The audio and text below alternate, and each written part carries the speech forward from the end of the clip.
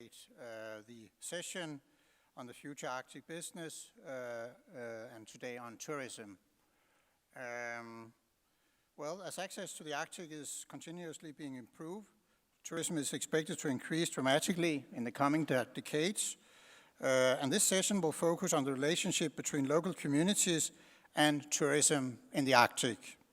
In addition to hearing about individual concrete business plan, we will also hear leaders in tourism tell about their broad visions for the future development of tourism in the Arctic at large.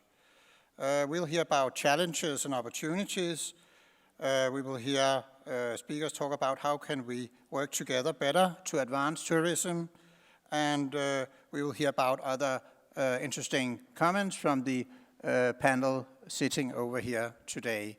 I'll start by very briefly presenting the Greenland government's new National Tourism Strategy. It has just been recently approved by the government of Greenland. And can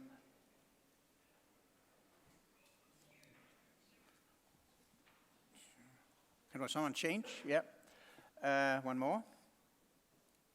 Well, the challenge is to basically increase the number of tourisms in Greenland to ensure new jobs and income generation. That's the overall aim. And that also goes for cruise tourism.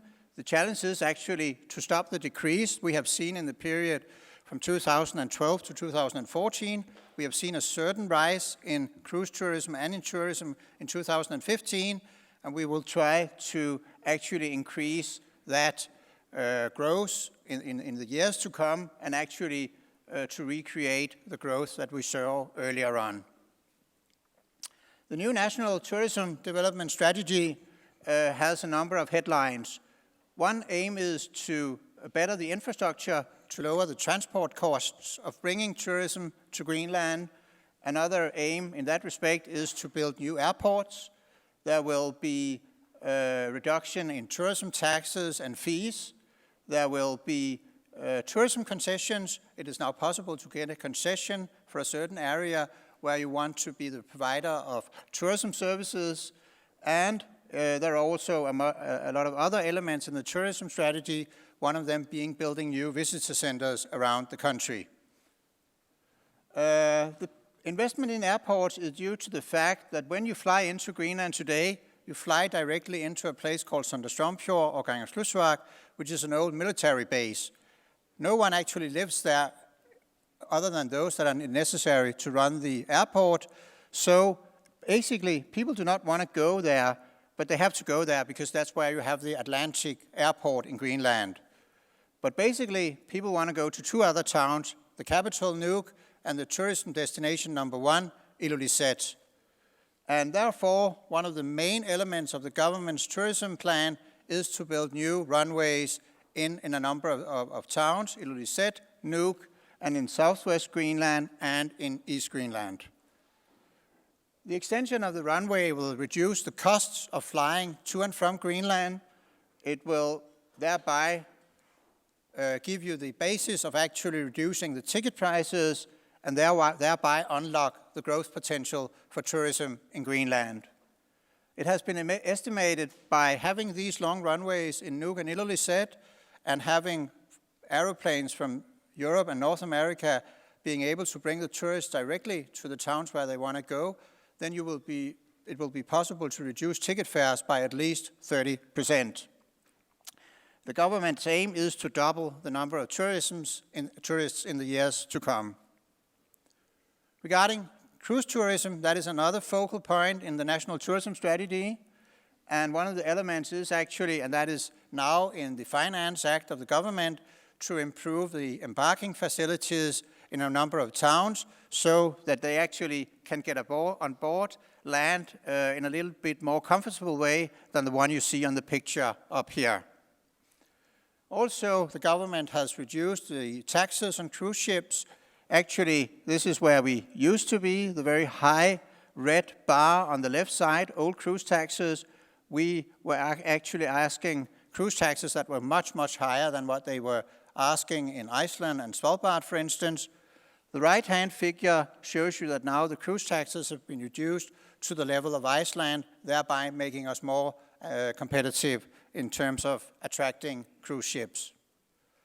Also, a very vital part of the government's tourism strategy is the establishment of visitor centers around in Greenland in 5 different towns to start with, but maybe more will come. And next month, our Minister for Tourism, Vitus Kitsok, will fly to Ilulissat, and on the 21st of June will present the winners of the competition to build the first visitor center in Greenland. That will be a visitor center focused on ice.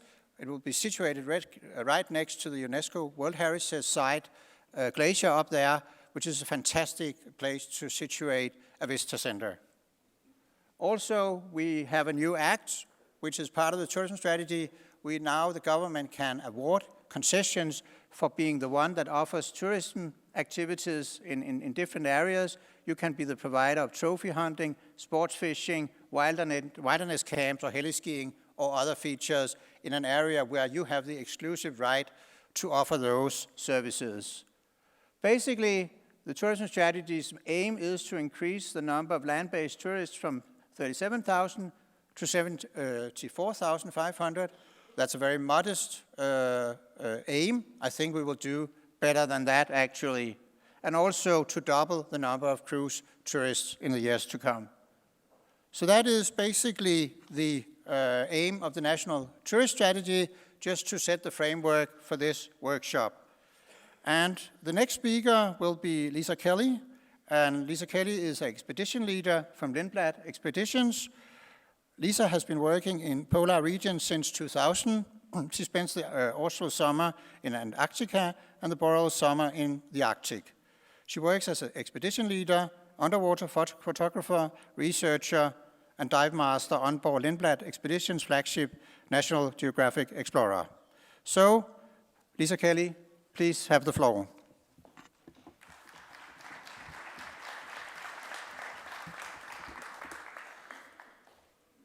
All right. Well, good morning, everybody.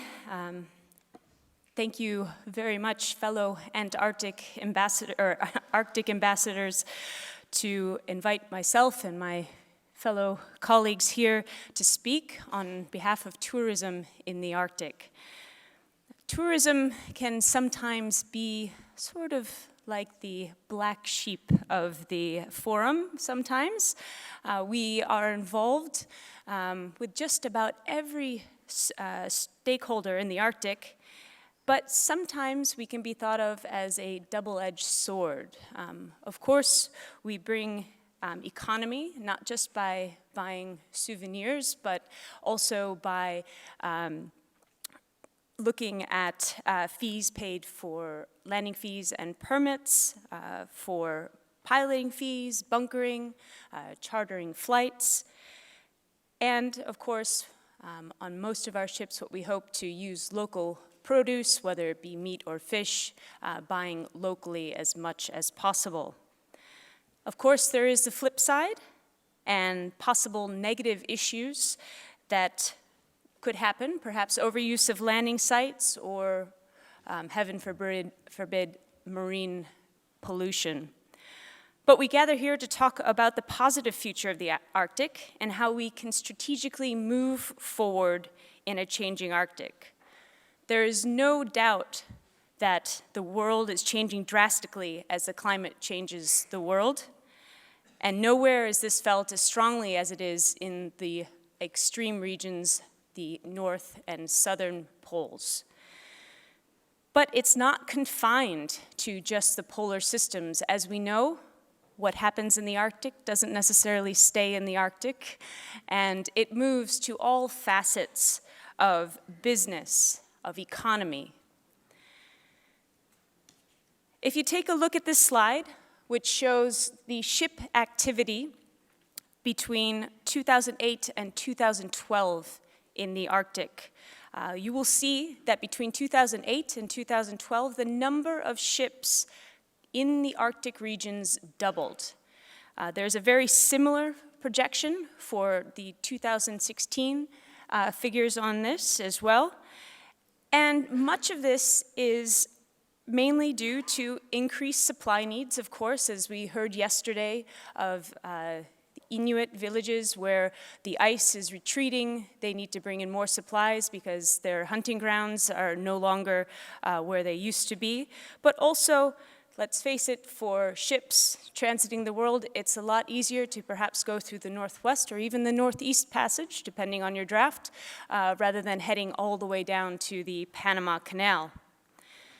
However, if you take a look at cruise ships, we're actually a very small portion of this growth.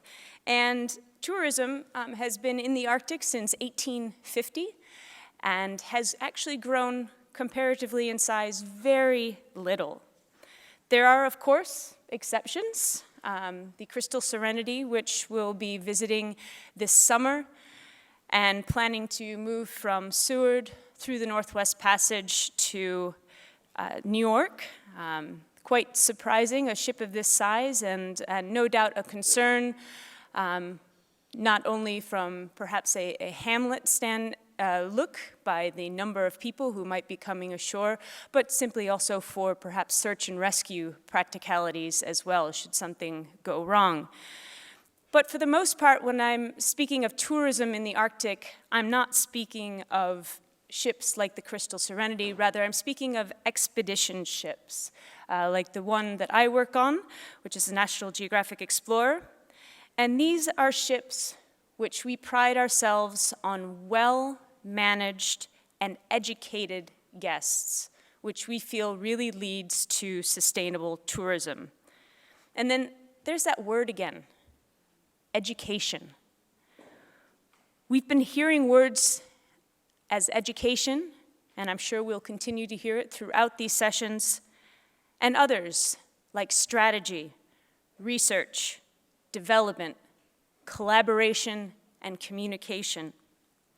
These are all key for the long-term strategic plan for the Arctic, not only for tourism, but how we can collaborate with all the stakeholders that are in this room for legislation, business, and conservation.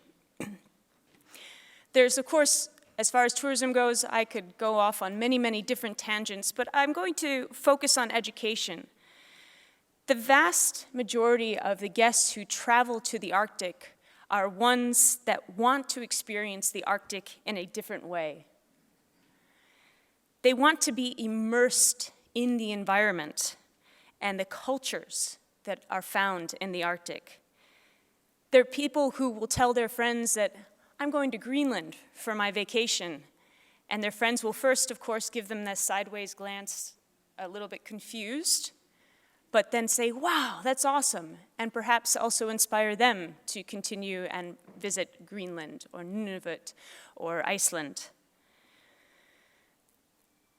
As operators, it's our job to do this responsibly and with an eye for setting the bar of well-managed tourism that has only a minor or a transitory impact in a positive way in the Arctic.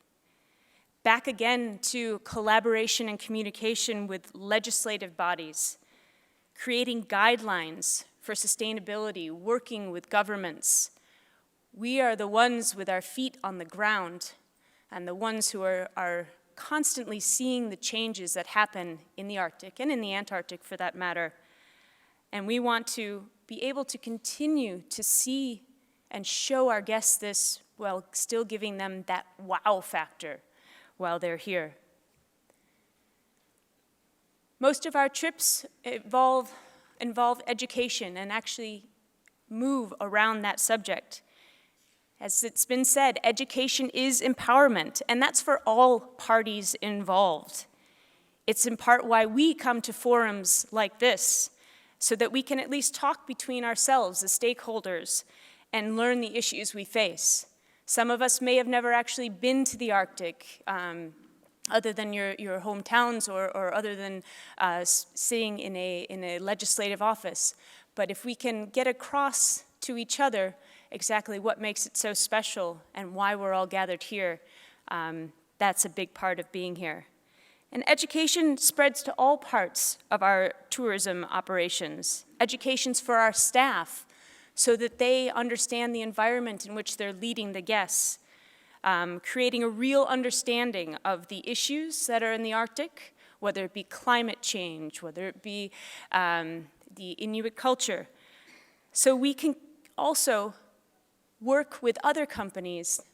We all are in it together so that we can communicate best practices between the companies. I know I work with Jørn at Hurtigruten. We work both in the Arctic and in the Antarctic together. And in amongst the ships and when we're out in the field, it's very much a transparent and a team working environment. Expedition leaders communicating amongst each other about sites, about incidents. So it gives us a greater sense of transparency.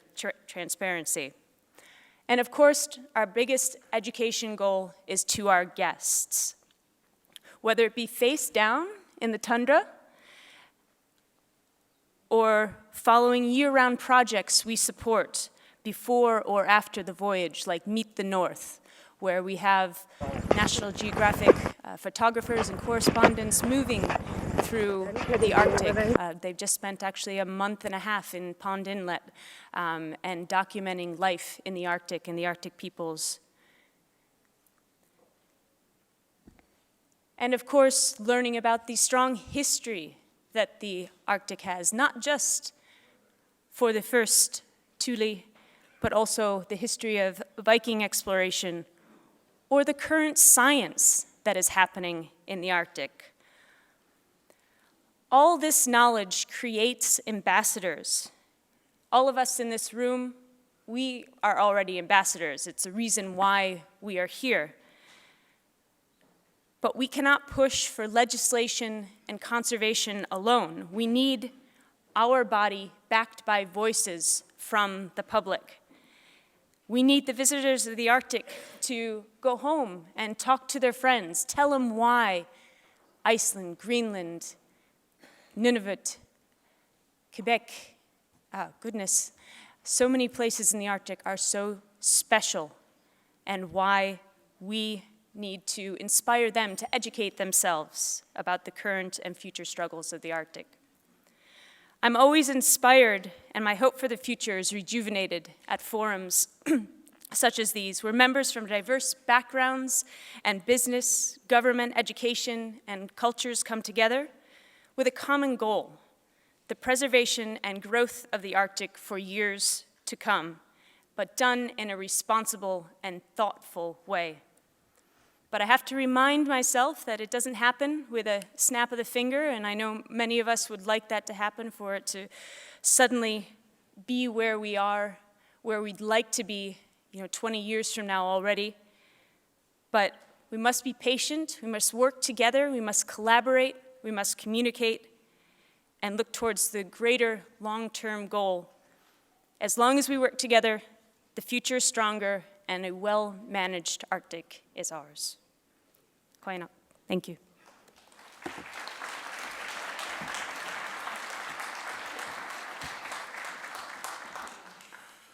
The next speaker is Halldór Benjamin Þorbergsson, Senior Vice President of Iceland Group. Halldór has for the last 6 years been the Senior Vice President of the Iceland Group, and he's the board member of Iceland Tourism Board. He's also a member of the Icelandic Arctic Chamber of Commerce. Halldór has a first-hand experience of how tourism industry has developed in Iceland in later years. And before joining the Iceland Group, he was the chief economist of the Iceland Chamber of Commerce. So, Halldór, please take the floor.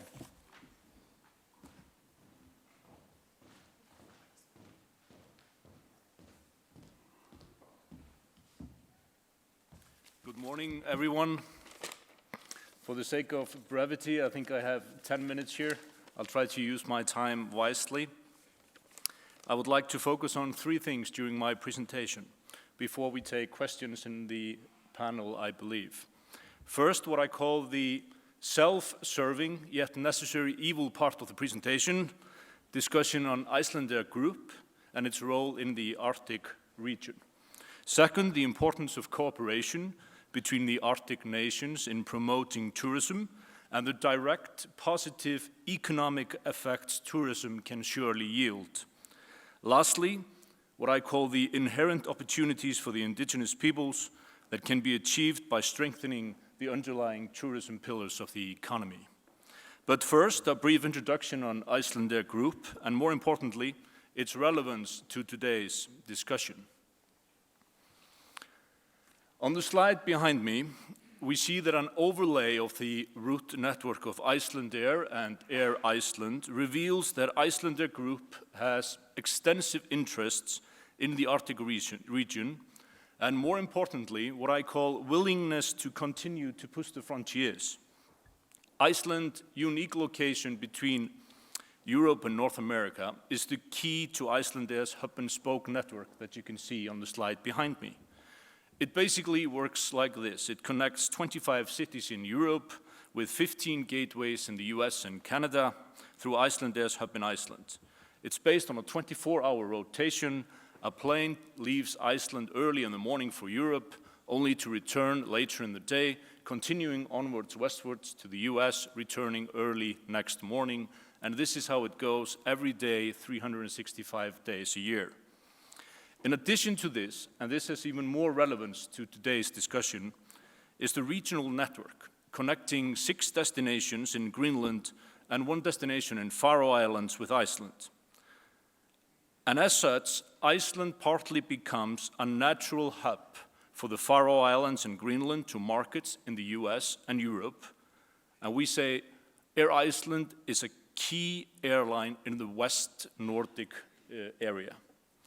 If we look at the numbers and just contemplate what has been happening over the course of the last 5 to 7 years, we have seen an aggregate 15–20% annual growth in the number of tourists coming from Iceland into Greenland. And my personal view is that we haven't even started to scratch the surface of possibilities in directing tourists from Iceland to Greenland. But as was noted in the last speech here, this has to be done in a very contained and responsible manner. In my view, it is vital, it's important and vital to market Iceland and Greenland as a part of the same package. What does that entail?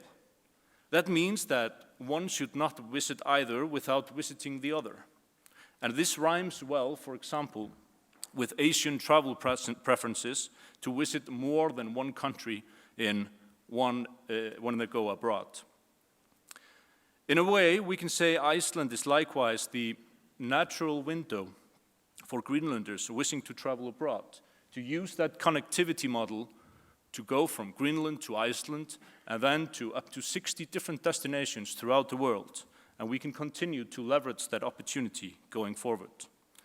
And we see in our forward estimates, for example, there is increasing demand for Greenland and the Arctic from key markets in the US, in China, in Japan, and Taiwan.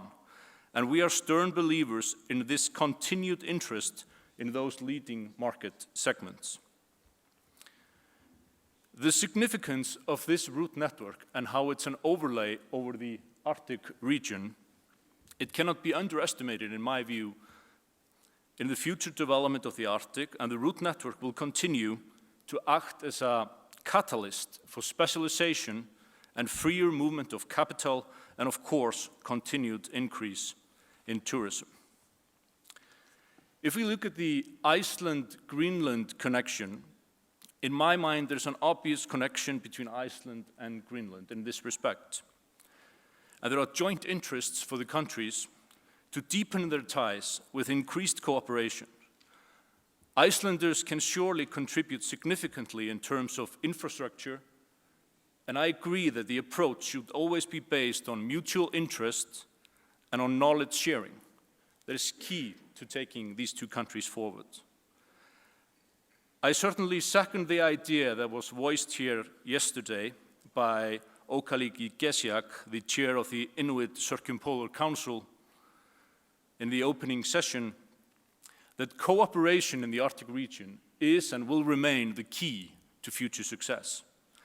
And most importantly, the cooperation should always be based on equality. This is a parable, and I believe that we should let history be our teacher once again. Successful bilateral business relationships are a two-way street. And nowadays, some kind of joint ventures where both parties gain from cooperation should be the norm in developing sustainable tourism infrastructure in the Arctic region.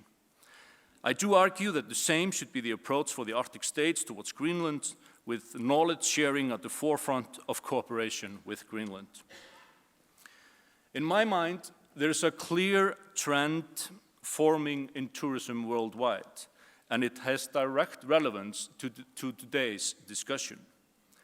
The extraordinary changes that are taking place, for example, in the Icelandic economy over the last half decade, where tourism and aviation has become the singular, most important pillar of the economy, with the number of tourists to Iceland more than doubling over the course of the last 5 years. What does this mean? For example, if we disaggregate the economic contribution of the main pillars in Iceland, fisheries, aluminum, hydroelectric power generation, and of course tourism, it reveals that tourism has, within a span of only a few years, surpassed the other pillars in the economy in its contribution in export revenues. And linking this back to the discussion that took place here yesterday, I do believe that this is comparable to the situation here in Greenland. But in order to achieve that, we really have to believe that this is achievable. I believe there's a lesson to be learned from all of this. If we can do it, others can do it as well. And the key to unlocking the potential of tourism lies in its infrastructure. The proposed lengthening, for example, of the runways in Nuuk and Ilulissat to 2.2 kilometers is a colossal step in the right direction. Build the infrastructure, build it, and they will come, they said in a Hollywood movie a few years back. I believe that rings true today as well. To conclude, I want to highlight two important points for the overall economic development of the Arctic states.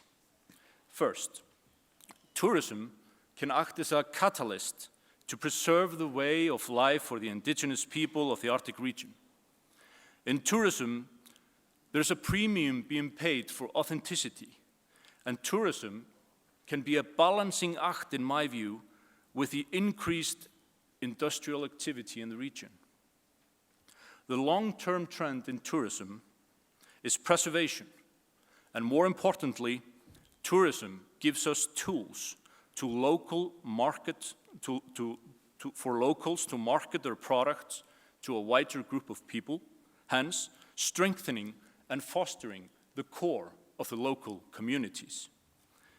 Secondly, and on a more high-level note, there's a recent study by Oxford Economics, and it revealed that the improvement in aviation connectivity contributes significantly to the overall economic performance of the wider economy through enhancing the overall level of productivity.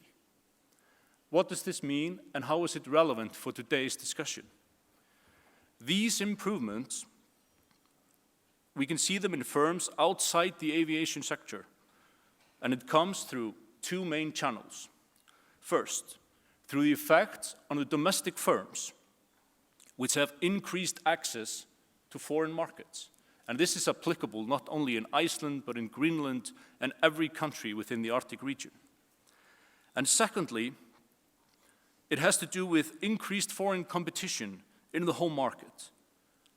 And therefore, through the freer movement of investment capital and workers between those countries. Aviation connectivity is key to this, and the key to aviation connectivity is infrastructure. Therefore, I applaud the decision to lengthen the runways. Finally, I want to tell you this. The future holds a premium being paid for authenticity, and my personal view is that collectively the Arctic states should safeguard that authenticity and focus on quality, not quantity, when it comes to leveraging the tourism opportunities ahead. Thank you all.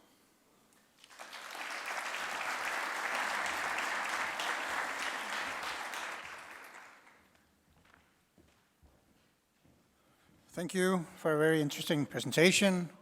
I'm sure the Greenland government is very happy that you strongly support the longer runways in Ilulissat and Nuuk. The next speaker is Ayupita Inuit Sila. Ayupita was born in Greenland in 1960, and she went to school in Denmark and returned to Greenland, Nuuk, the capital, in 1978. And in 1981, Ayu moved to Kalaallit, Nunaata, where she has lived ever since. Ayu has been advocating for Inuit rights to sell seal products and has traveled to lobby the European Parliament since 2007 in this field. Ayu was recognized for many years for promoting Inuit language and culture and has received the highest civilian honor, the Order of Canada, in 2012. So, Ayupita, please go ahead.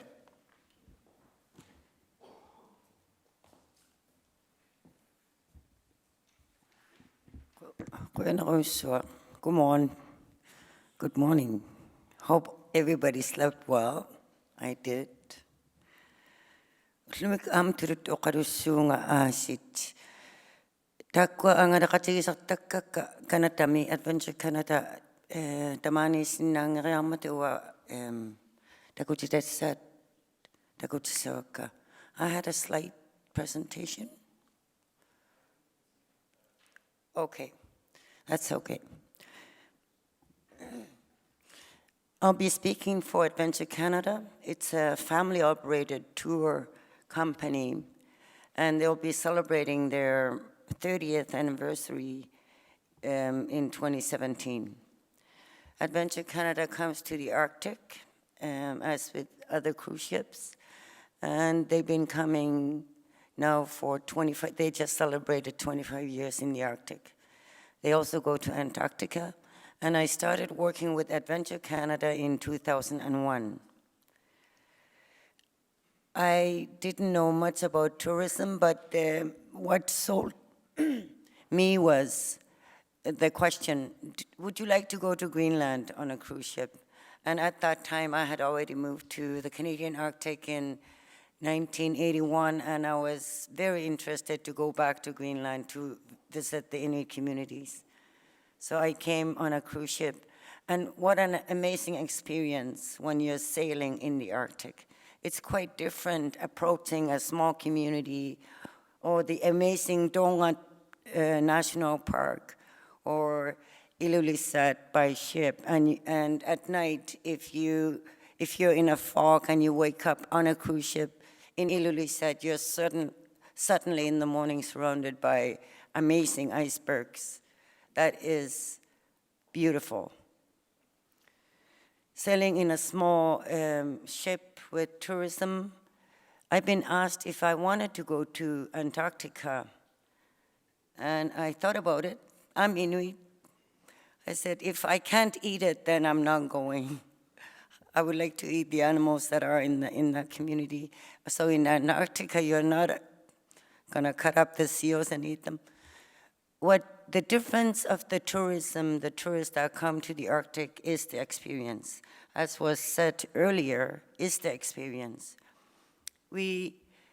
Our company, Adventure Canada, is different because we hire the local communities to deliver the programming. We hire the hunters to cut up the seal, like Mikhail Shah, when she came to Rankin, was eating the heart of a seal. We have passengers who take part and are welcomed in the community, and the community benefits.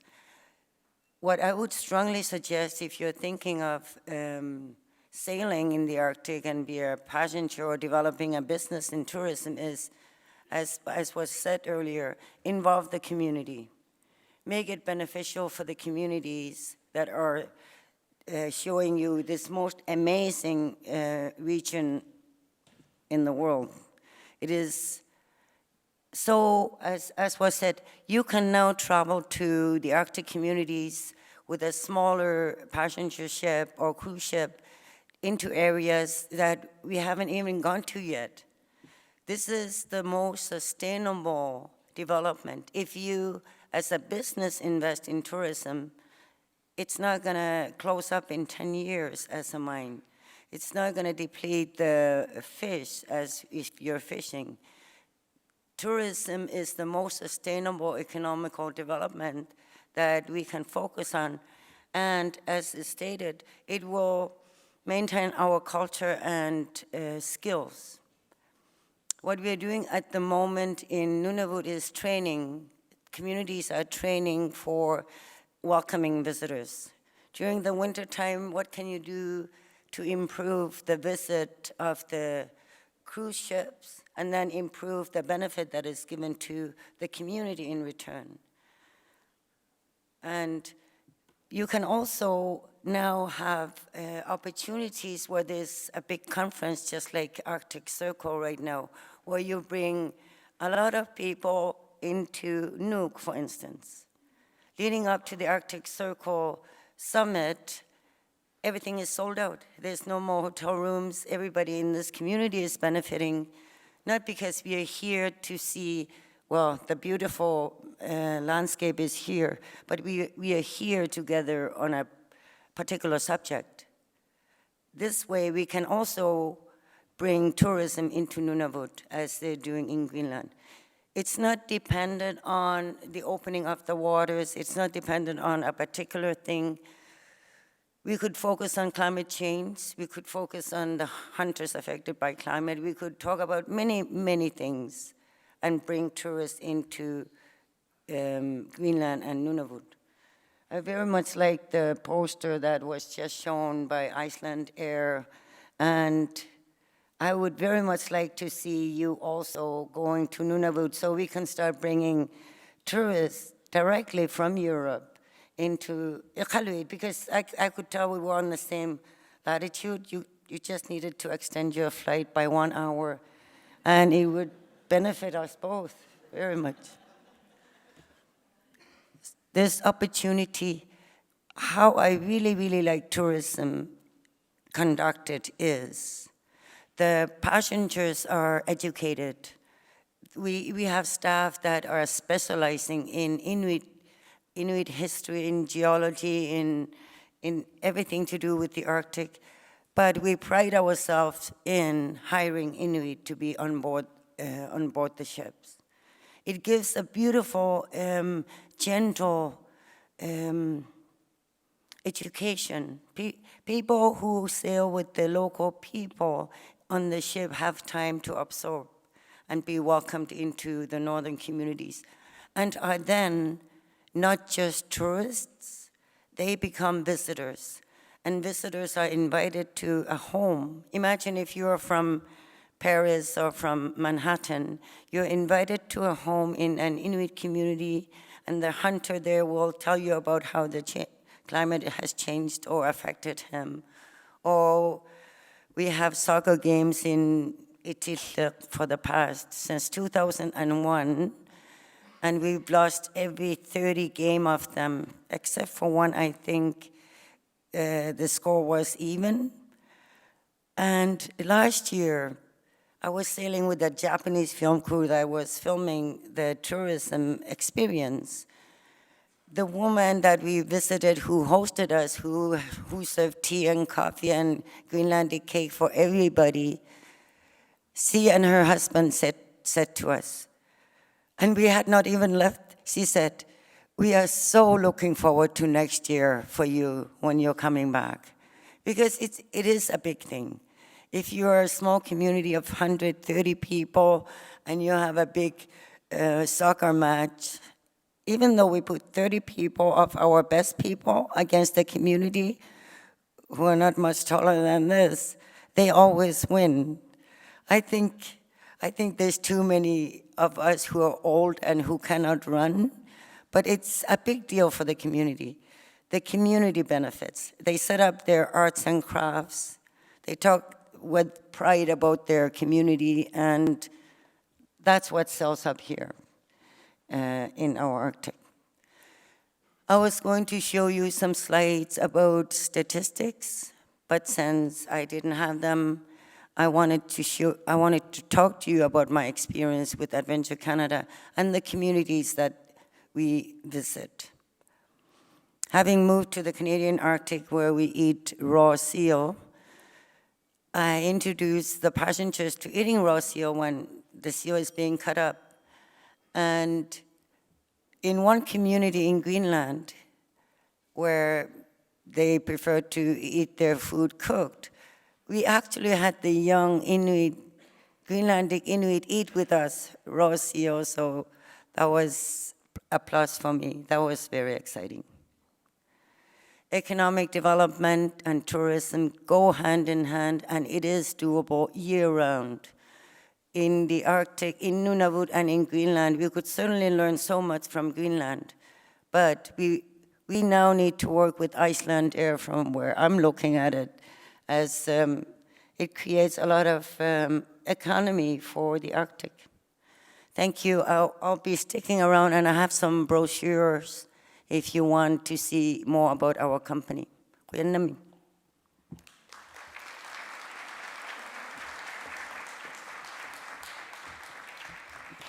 Thank you, Peter, for your interesting presentation on tourism. The next speaker is Jørgen Henriksen, who is product manager in Hurtigruten, which is a Norwegian shipping line. Jørgen Henriksen has worked with polar expeditions and expedition cruises the last 17 years. In the beginning as an outdoor guide in North Norway and Svalbard, and later as a global expedition leader in a number of management positions in Hurtigruten. He's also working in the industrial organization ICO, Association of Arctic Expedition Cruise Operators, and is now heading that organization on behalf of the Hurtigruten. Hurtigruten is actually the largest explorer tourism operator in the Arctic. So Jørgen Henriksen, please take the floor.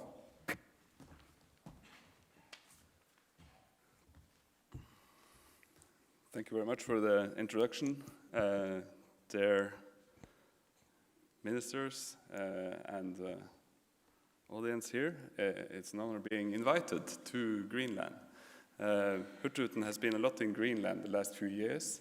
However, outside the shipping season, we have not been here so much. So it's really about time that we're stepping onto the podium, and it's really, really nice to be doing that in a setting like this. Hurtigruten was established many, many years ago in 1893.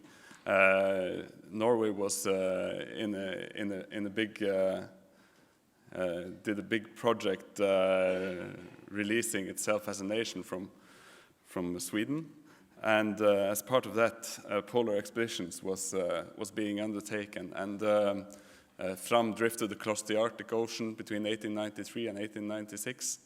1893, Hurtigruten was established. In 1898, Fram, that drifted across the Arctic Ocean, sailed up to the Nunavut area and discovered more land than any other expedition from the west had ever done before. The captain, Otto Sverdrup, did also work for Hurtigruten when he established our first expedition cruise up to Svalbard, tucked in between those two legendary expeditions with the expedition ship Fram. We operate the modern time Fram that have been sailing in Greenland since 2007 when she was launched. We have been here every year with that ship, and we hear quite fantastic stories from places like Nunaata and Ukusisat, small villages that we have visited continuously over the last 10 years. From kids that have grown up seeing us come every spring. They tell that that's when summer comes, when they see Hurtigruten comes, and it's a testament to longevity, protecting from a business perspective the investment of sailing in Greenland, and that is establishing near and close contact with business partners here. And so far, I think we've created some really, really strong bonds that we want to take even further in the future.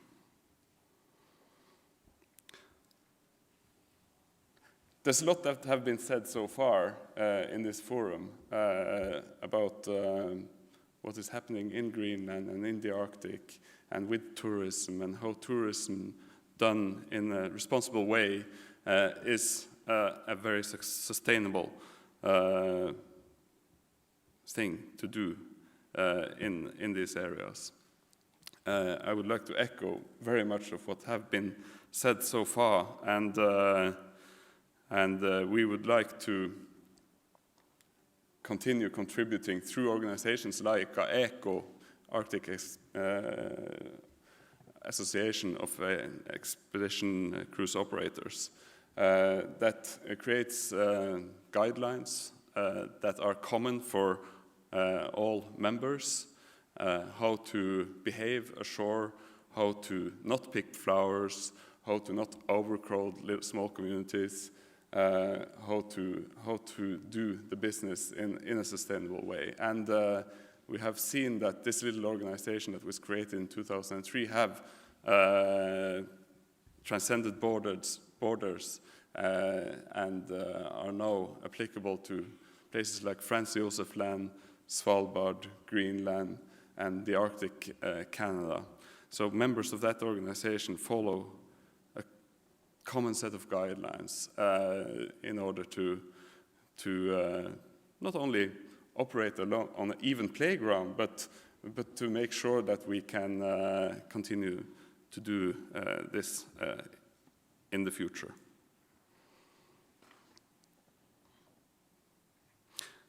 In my notes, I had all this about how Greenland is about to align infrastructure. It is really, really the key in my message from a business perspective. We fly in people to Kangerlussuaq. We charter Air Greenland flights. We've done that for many, many years. I don't know exactly how many flights we've operated, but we have sailed into the Søndre Strømfjord to pick up people. We have exchanged with small tender boats, and last year, for the first time in those years we've been here, we did not succeed sailing into Søndre Strømfjord, and we had to shuttle people with small planes from Nuuk to Kangerlussuaq in order to exchange and get people, new people on board, send the happy guests home. That was a bit of a drag, and it's really, really encouraging to see that Greenland is now aligning infrastructure using Nuuk and Ilulissat as the two main ports on the northwest coast of Greenland. We think that is really, really the right way to go, and I can see that, you know, when we are now planning routes for creatures like up on the screen here, new built, we have 4 on the order block, 500 passenger ships. We need an aligned infrastructure, not only to exchange passengers, we need fuel, we need provisions, we need onshore activities, and we need places of significance.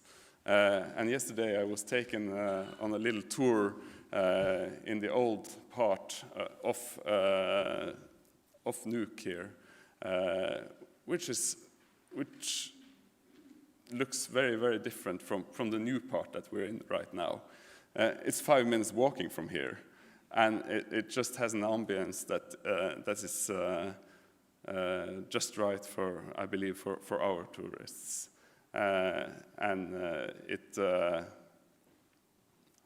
has history and it has experience value that is very, very high. So I do believe that that Nuuk is going to become increasingly popular or important together with Ilulissat in the future. We've also seen that regulatory framework in Greenland, for that sake also other places in the Arctic, has been some kind of, in some ways, unpredictable. In Arctic Canada, we see that the regulatory framework is scattered between a huge number of institutions, and as an operator we have to, there is really not a one-stop shop in order to access these areas. Very understandable. There are different regions that are autonomous and are sovereign, and we do understand that. Likewise, in Greenland, the regulatory framework is being administered by different bodies, which is fine, and what is good for us as operators and as a business is to have predictability and have a good overview. You know, how do we access these areas and do our paperwork in advance so that we're good to go. So that's a sort of a common Arctic challenge. There are, you know, a number of sovereign nations that do things differently. We do appreciate that. So, towards the end here, I just want to present you this new ship. It's a 500-passenger ice-strengthened expedition ship with different propulsion methods like electricity that we are probably going to see here in Greenland in the future. We're looking forward to that. We're looking forward to hiring Greenlandic staff on board this ship. We're looking forward to cooperate with Greenlandic businesses, and we would like to invite, or we would like to seek for partners making tourism even more fantastic in the future. Greenland is really, really a fantastic place that deserves more the growth that you think you can stand here. So with that, I would like to thank you.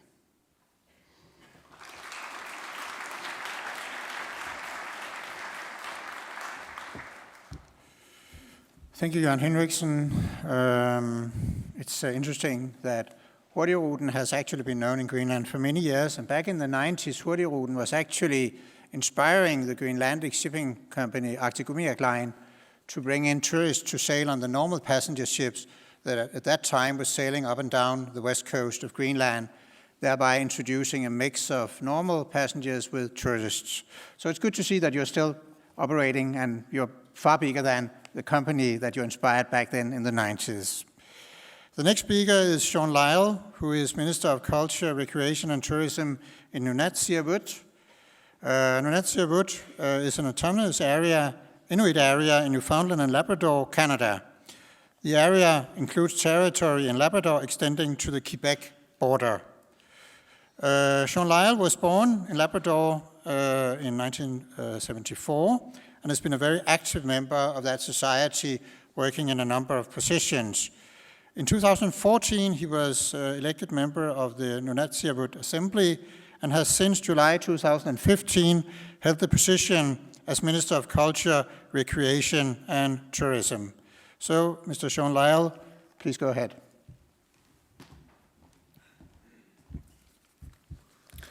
Nakumik, thank you.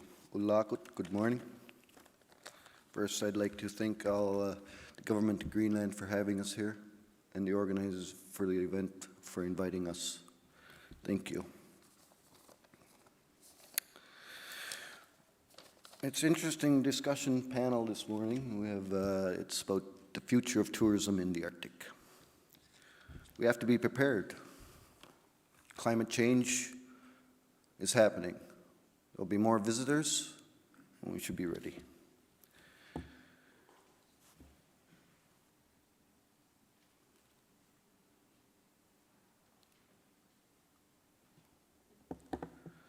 In September 2014, Tourism Nunatsiavut, the tourism division of the Department of Culture, Recreation and Tourism of the Nunatsiavut government, completed the Nunatsiavut Tourism Strategy 2014 to 2020. To help set a path forward for new tourism initiatives in Nunatsiavut, the new tourism strategy outlines a vision, mission, and values for tourism in Nunatsiavut and identifies 5 strategic directions to help prioritize projects and investments in the tourism sector until 2020. The new strategy builds on over $25 million of investment in the Nunaata tourism sector to date, and more than 120 initiatives that have been launched or completed between 2008 and 2013. Five strategic directions in the Nunaata tourism strategy for 2014 to 2020 are: preserve and celebrate Labrador Inuit of Canada, focus on the visitor economy, sustainable communities, building capacity, collaborate to compete. That's this morning. That's a big issue that's been talking about, collaboration, and of course, operational excellence.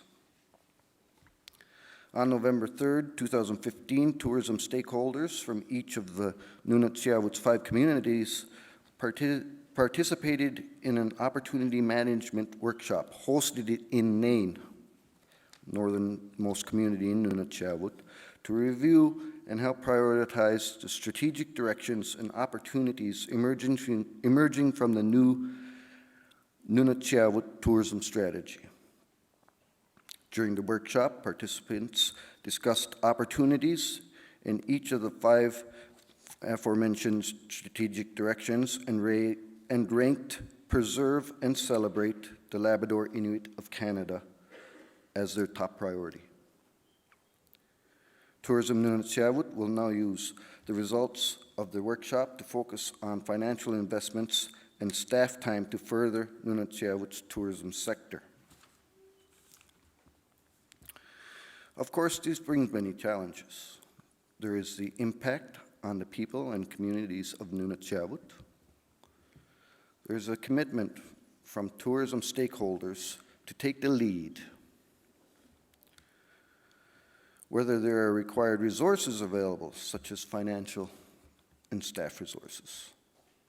And of course, alignment with other tourism stakeholder priorities, such as the Government of Newfoundland and Labrador's Vision 2020, again, towards collaboration.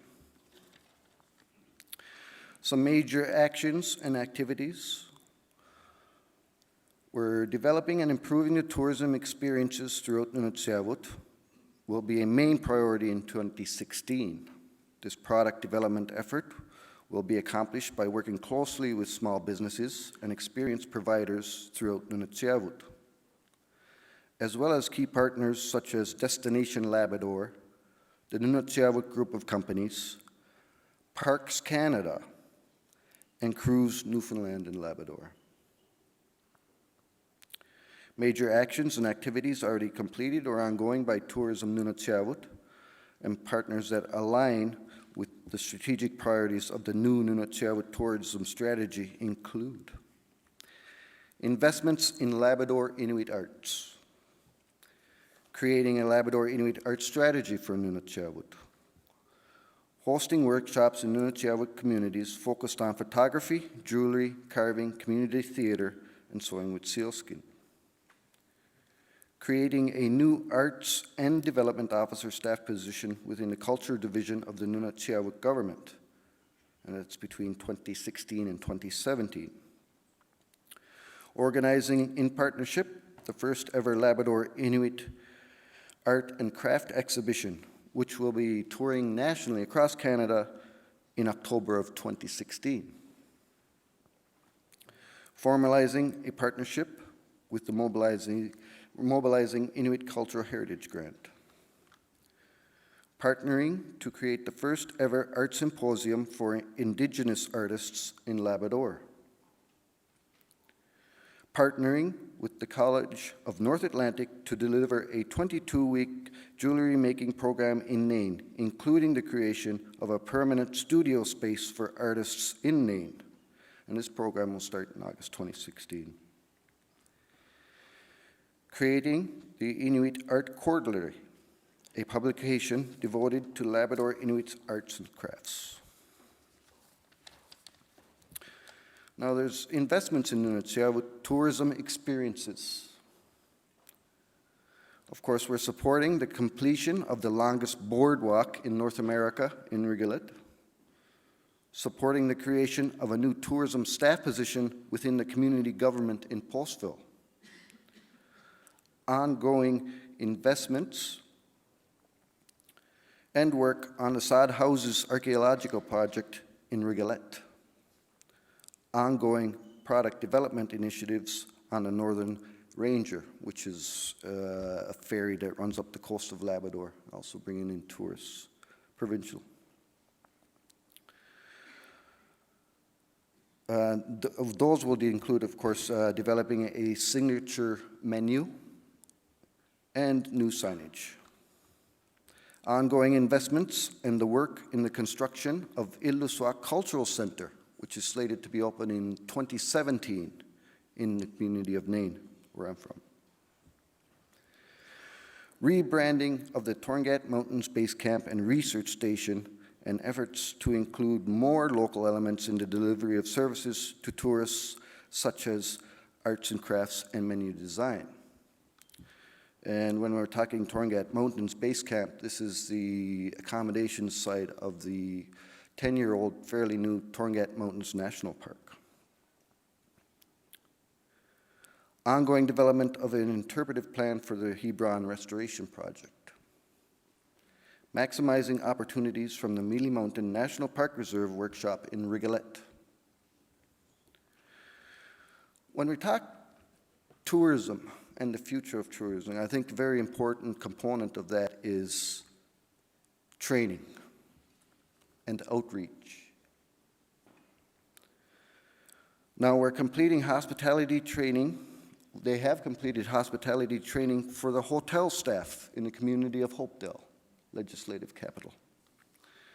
Ongoing partnerships with the Nunatsiavut group of companies on training for frontline tourism staff, such as beer guards, hospitality staff.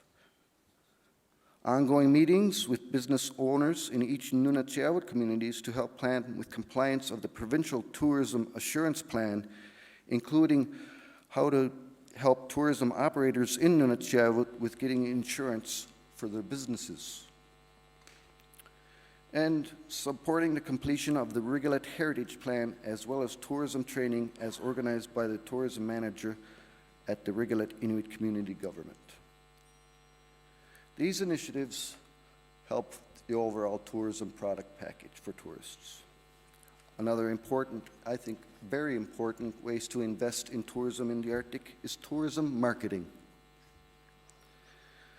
We have supported a special Them Days issue, which is a magazine in Labrador, celebrating the 10th anniversary of the Nunatsiavut government, and creating the first tourism Nunatsiavut visitors guidebook, first published in 2015, with an updated version with map in development for this season. Ongoing updates to the Tourism Nunatsiavut website, utilizing information technology. As it was said yesterday, utilizing Asivak, the web. So we're doing updates to the Tourism Nunatsiavut website to communicate what experiences are available for Nunatsiavut tourism. With the new Nunatsiavut tourism strategy in place and tourism stakeholders from throughout Nunatsiavut providing their input, Tourism Nunatsiavut is ready to continue to make strategic investments in Nunatsiavut tourism sector. Despite being a small division of the Nunatsiavut government, Tourism Nunatsiavut staff are now working closely with community members and tourism stakeholders throughout Nunatsiavut and Labrador to create work plans and timelines to build out these actions and activities. As projects are rolled out, Tourism Nunatsiavut staff will continue to monitor and evaluate progress to make sure projects are executed correctly and learn what areas might need improvement. It seems I'm getting dinged there now, so I'd like to thank you for giving me this time to speak with you today. Nakumik.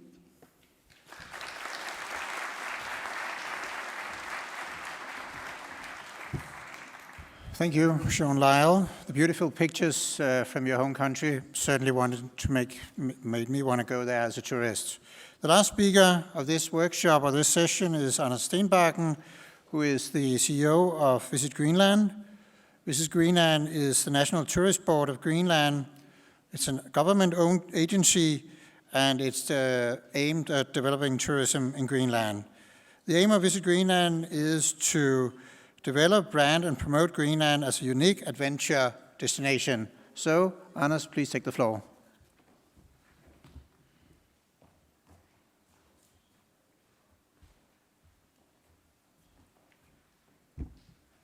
Good morning, everyone, and thank you for having this opportunity to speak to such an excellent audience. I have then I'll be tiptoeing when, as long as we are having some trouble with the presentation, and just starting by saying that globally, adventure tourism has, over the past years, developed from being niche to mainstream. A recent study by George Washington University measured the adventure tourism market for the first time and found it's the fastest growing type of tourism in the industry today, representing an estimated total market value of $263 billion in 2014. That adventure tourism has become mainstream is also reflected in the megatrends for global tourism in general. Tourists are like never before looking for discovering untouched places, and they're searching for unique and authentic experiences, relaxing offline, and the opportunity to learn something new. And they expect companies that listens to the feedback, because choices are more and more made based on word of mouth, which basically today means social media such as Facebook and Instagram and Twitter. And this gives a relevant an explanation for the reason or the fact that Greenland was selected by Lonely Planet for its top 10 Best in Travel 2016 list, and also selected by National Geographic Travelers Top 20 Best Trips in 16.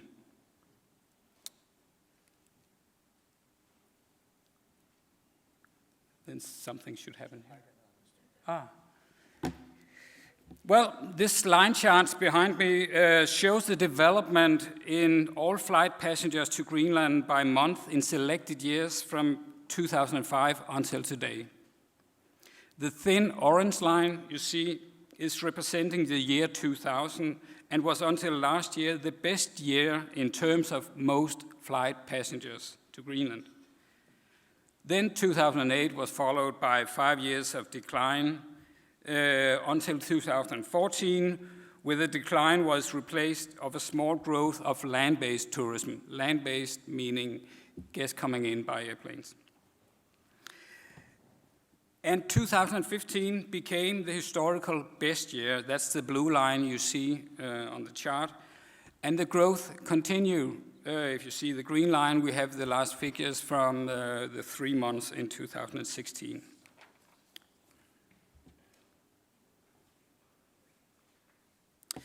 But having a total number of flight passengers isn't really revealing the size of tourism in Greenland. You need to distinguish between ourselves traveling and our guests. This is why Greenland, from second half 14, began to register flight passengers based on the country of residence in all airports with international departures and arrivals. So 15 marked the first year when it has been possible to calculate exactly how many tourists we have visited Greenland in a full calendar year. So if you look at the bar charts, you'll see a total of 67,876 tourists in Greenland in 15.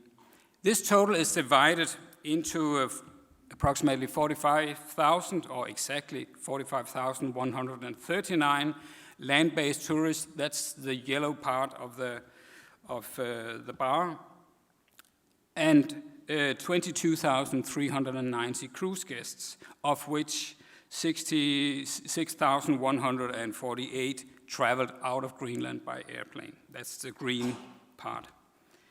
As the registration based on country of residence began in June 14, it's possible also for the first time to give an accurate picture of the growth in tourism by comparing numbers from second half 15 with second half 14.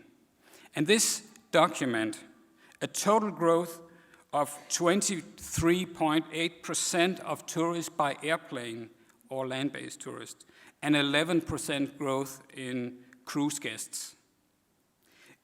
If we solely look on tourists with a country of residence outside Scandinavia, the growth was 49.4%. That's significant. At the same period, we had an 8.8% decrease in our self-traveling, meaning people who resided in Greenland. In second half 15, every second flight passenger was a resident of a different country than Greenland and Denmark. And in the same period in 15, this was only every third. So the conclusion here is that the growth in total flight passengers into Greenland is due to an international growth of tourism, or growth of international tourism.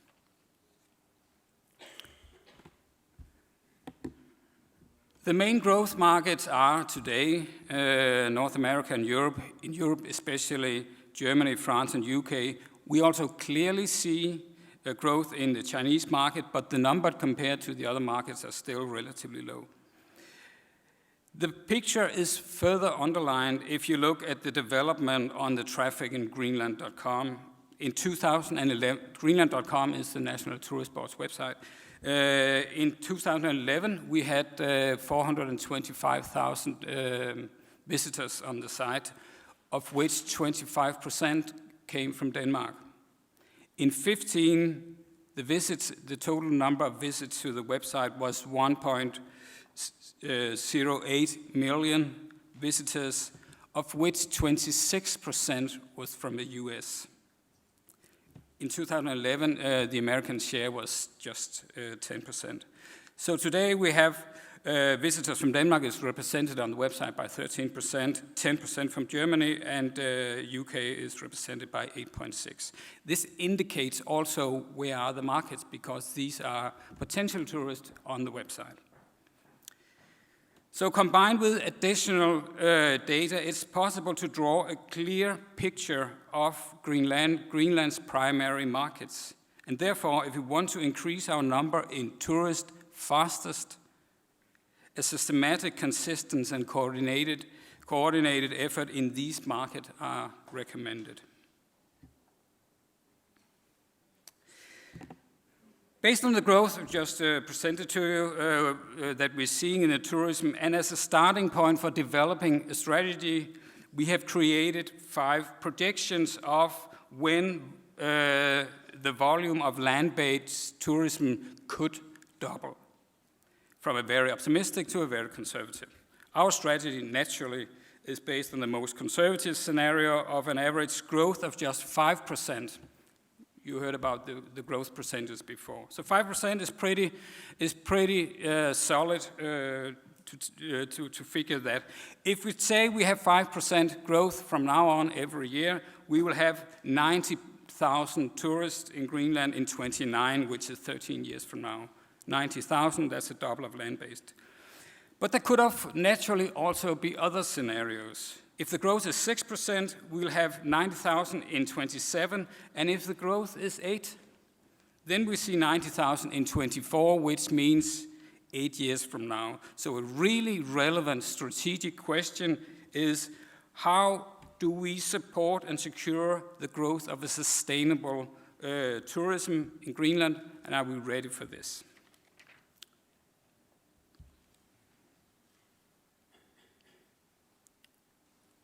Seem to have a little technical, try this. Yeah. And once again, yeah. A precondition, this has been mentioned several times during this session this morning, but a precondition for growth is increased accessibility. This could be in a short-term strategy for utilizing the existing capacity better, which is happening, and a long-term strategy which include a Newport airport structure, and this is passed in the Greenlandic government. So we both have a short-term and a long-term strategy for increasing accessibility. We're going to have the airports in Ilulissat and Nuuk, a North Atlantic airport in Raudok, and moving the airport from Kulusuk in East Greenland to the main city, Tasiilaq. This will become a game changer for tourism in Greenland with a number of secondary effects. There will be new opportunities, but also challenges of which both must be addressed. Just to give an example here, the transatlantic route will demand new aircrafts, smaller than the current Airbus, which means a higher frequency of flights, which again means demand for longer opening hours at the airport.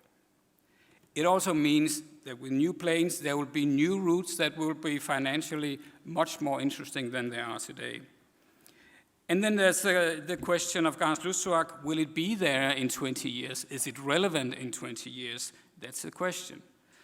If it isn't there, then the Destination Arctic Circle, who has a lot of strong tourist product, will have no direct connection internationally. So the destinations also need to consider this new scenario and create alliances with other destinations. I will do it shortly.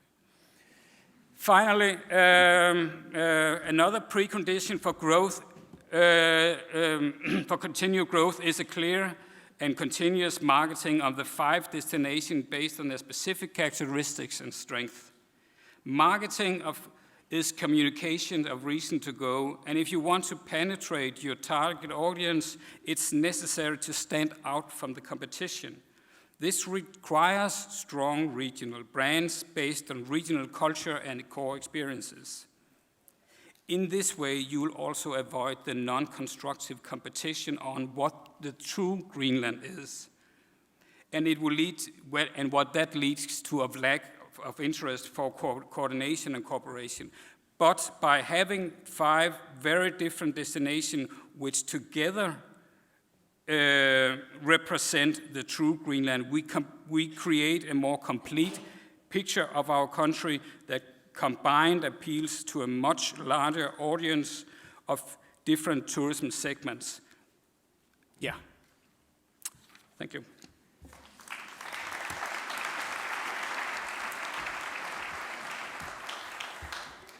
I've been informed that we are running a little bit behind schedule, but we do have 5 minutes for short questions. So if there anyone who has a question for the panel, now is the chance to stand up and signal for the microphone bearer who is standing over there. There's a question up here. And please state your name and preferably a short question. Hi, my name is Kerry Kepping. I'm with the Arctic Arts Project and an expedition guide in Northeast Greenland. Question for the panel. Biggest challenges that you see in the marketing and public relations of getting people to the Arctic? We've touched a little bit about marketing from a couple different of your speakers, but I would love to hear the challenges that you see coming forward. Okay, thank you for the question. Anders Stenbakken from Visit Greenland would like to answer that one. Yeah, I think if you're small, then you need to find someone who's stronger than yourself and create bonds, meaning cooperation. So one way of reaching the audience is to have a strong business-to-business strategy. So you link up with relevant agents and you support the relevant agents because they have the customers. So that's, one way of dealing with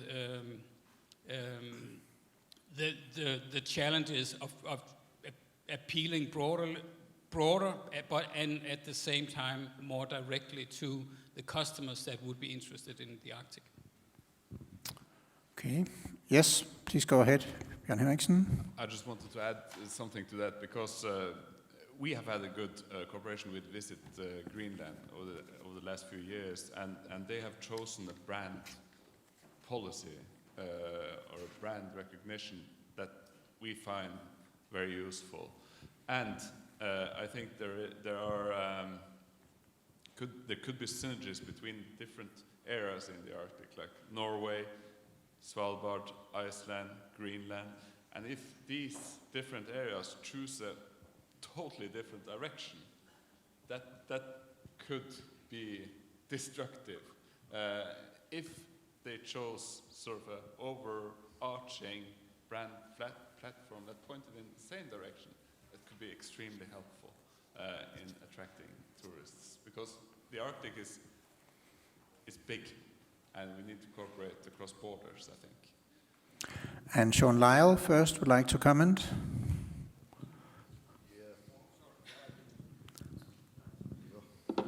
If you have a unique product, if you can capitalize on selling this very unique product, tourists somewhere out the way, somewhere a lot of tourists haven't been, and capitalize by either using, like I said, multimedia or billboards at airports. But if it's a unique product, I think those kind of things really sell themselves as well. And tourism in the Arctic is very unique. It's very a niche market. So it's encouraging to see all the numbers here when you were doing your report on Greenland. Nakomi, thank you. I think Peter had a short comment. Thank you for that question. The obstacle that we have had is with licenses. It takes a long time to try to get licenses, and if we want to go and visit a particular place, then we need the approval, of course, to go to that place. The other bigger obstacle that we have when we are sailing the Northwest Passage, for instance, you have to fuel up in Greenland, sail the whole passage, and there's no place for us to get fuel for the ship, because the infrastructure in the Canadian Arctic is not there. There's no harbor. There's no place for us to get the oil, so we have to sail back to Greenland to get the oil, for instance. Haldor, did you have a comment? Thank you for the question. It's challenging to be the fifth in a row to try to answer the same question, but I'll do my best. If we can draw on the example from Iceland, for example, my view is this. The world is big and the Arctic is small. You should have one cohesive message, and it's better for the Arctic nations to pool their resources in terms of marketing and advertisements, instead of each and every one trying to get their message across. So my word to this crowd is we should try to work together. That doesn't mean we have to share everything, share profits, etc. However, we have to have a singular voice in the marketplace. I think we can all learn from that. So I think there's room for one more question if anyone is burning to get out with a question. Don't see anyone. So if that is the case, we will end this workshop and this... oh, there's one. Sorry. Go ahead. Last one. Down here. My name is Aga, and I am a guide during the summertime in a cruise ship, but I do not see a lot of collaboration between the countries. How are you going to work together in the future? Thank you for the question. Anders, would you like to comment on that first? I heard the question as, what do we do to support education?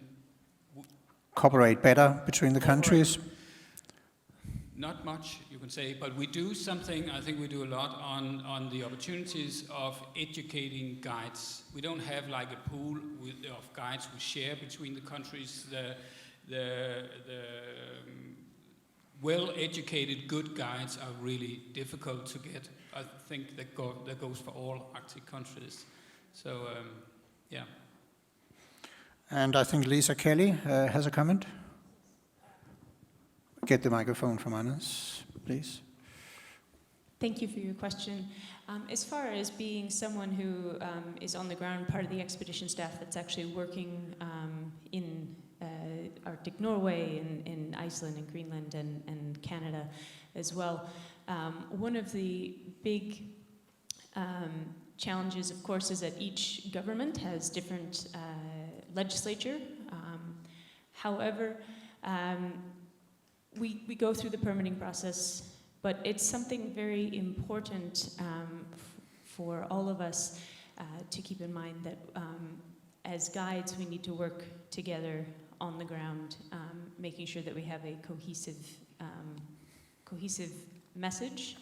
And groups such as IACO, which Jørn mentioned earlier, the Association of Arctic Expedition Cruise Operators, which is essentially an umbrella group over the tour operators in the Arctic who works directly with the governments to perhaps help ease the process and to speak on behalf of the tourism industry. So we do have a big sister, so to speak, who is helping ease the process for all of us. So it's not just about individual companies going and being competitors, it's about working together so that we all have access and we can make the Arctic the best it can be. And two very short comments from Jan Henriksen and from Ayu afterwards, and those are the final ones because we're running out of time. But go ahead, please. Yeah, I just want to mention two bodies that are trying to connect and cooperate or foster cooperation between Arctic countries, and that's the Arctic Council, and that's industry organization like IACO, which for a month ago had a common search and rescue tabletop exercise in Iceland, where the scenario was an expedition ship in distress, needing help from a coordinated Arctic search and rescue apparatus. And I think we as an industry can drive cooperation, and I think we've seen examples of that by using common operational guidelines, site-specific guidelines for how to view wildlife. I mean, a walrus in the Arctic Canada, in Greenland and in Svalbard is going to act similar to human impact.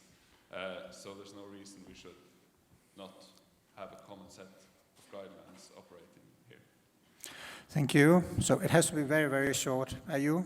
So one final comment, very short. I'm short physically, and I'll be short also. Thank you for that question. I'm a tour guide as well on cruise ships. Very good idea that if we want to focus on expanding and have more tourism, we definitely need to train the tour guides. We need training in history, we need training in rifles, we need so much training. And we should have it in colleges, we should have it at the university. We should train our local people and have that education so that we can be professional and welcome more tourists. It's good for everybody. Thank you, and that's the final comment for this session. I want to thank you all for participating. I want to thank the panel for participating. So that was all. Thank you.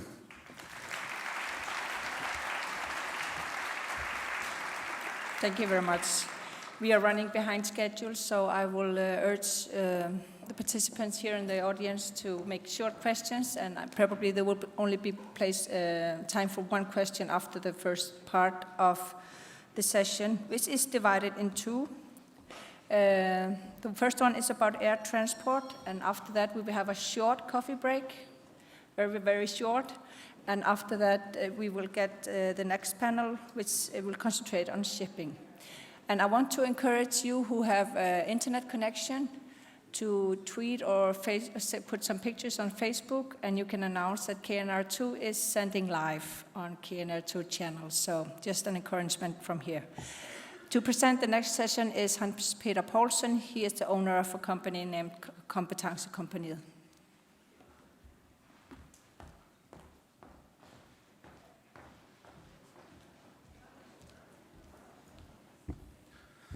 Hey guys.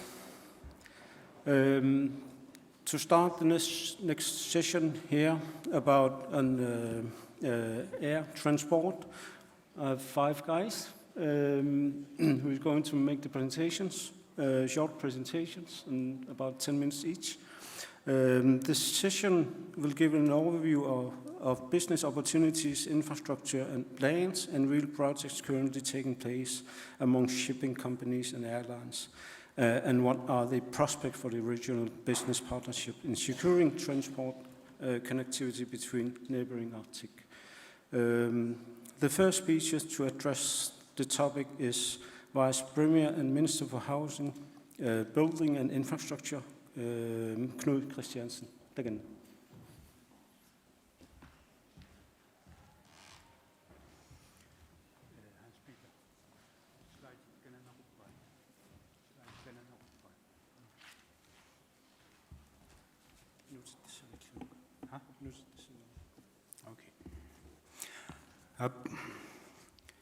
Allarniitialiu tas kalaallisu qalitsuunga I'll speak Greenlandic.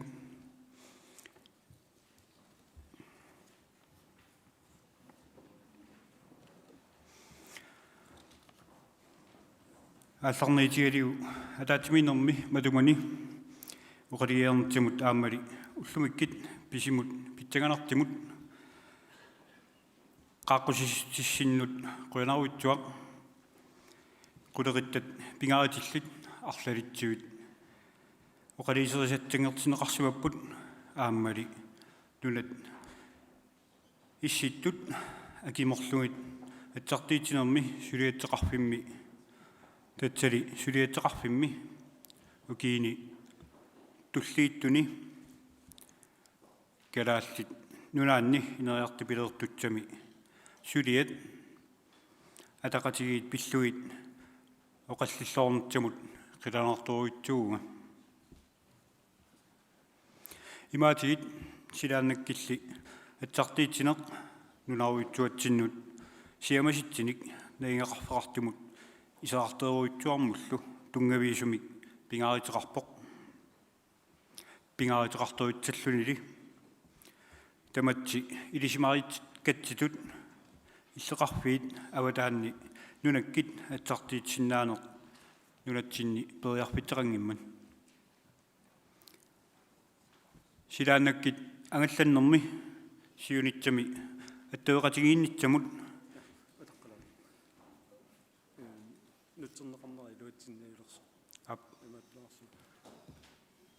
We have some issues with translation.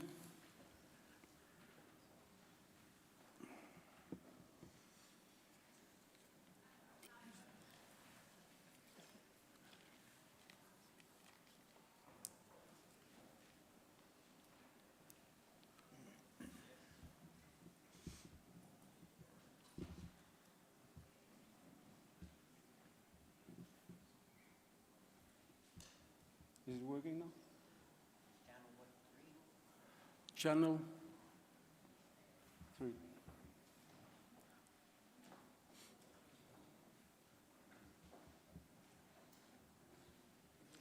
Okay, it's working now.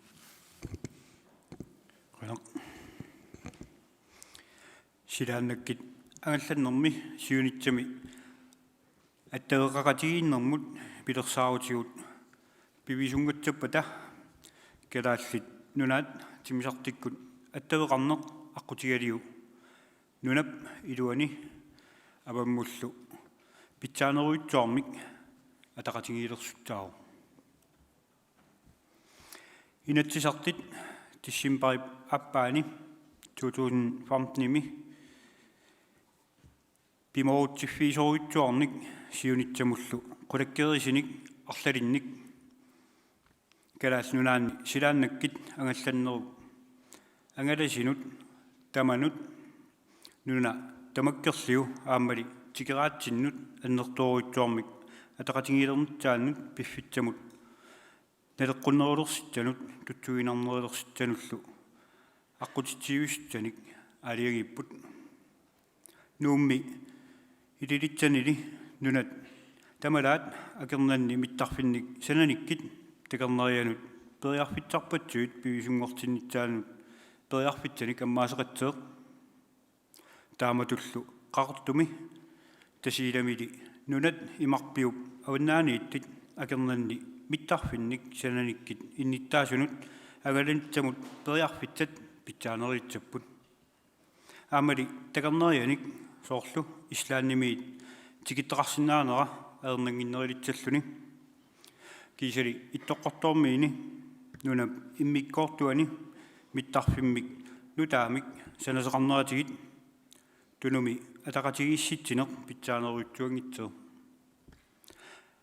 nunatsinni sumiiffinni arlalinni mittarfiit nutaat pitsaanerullersinneqartillu aterluit nunani itsittini nunanut sanilitsinnut amerikkap avannaanut aammali erupamut atsaartiitsinermi attavеqaatit pitsaanerulernitsaat qulakkeersinnaaorput timisartit toqqaannartimik tikittartit amerlanerulernitsaat naatsorsuutigineqarpoq aammali nunarsiip sinneranut angalanitsap aernanginnerilernitsaa attavеqaatilli pitsaanerillersinnitsaat piffitsap angalaffiisartip sivikinnerilernitsaa aammali akit timisartinut pilitsinut neqeruutit amerlanerulerfiisaannik aguyuminarnerilersinitsaat naalakkersuusit naatsorsuutigaat timisartinut attavеqaatit atsaartiitsinerit sukkanerelersinnerisiit nunanut алланут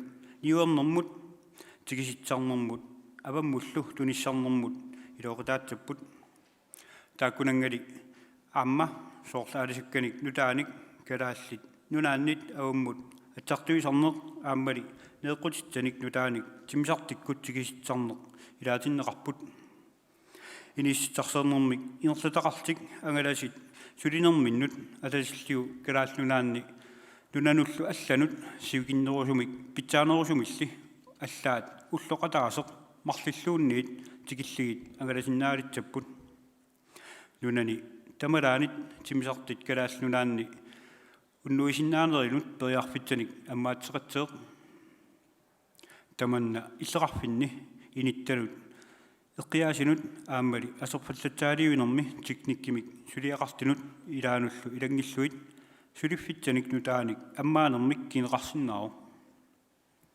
тимисартимик калааллунаанни уннуиситсеқатсаппат аама уллааралааккит нунанут алланут соорлу танмаркимун ислаанимуллуунниит тимисартертоқарсинаалитсеэ иммарали уннуннерани кингиситсиккут тимисартимут илааллуни утертақарсинаалитсаллуни нунатсинни атавеқаатсигит атертуник питсангуиниарлуни сулиниититтат саниатигит наалаккерсуисит силааннаккит ангаллатсинерми сулеқатигииннерип аннертусиннеқарнертаа пиллуу ислааннимиит наалаккерсуисуиса оқалеқатигинеқарнерник ааллартитсиппут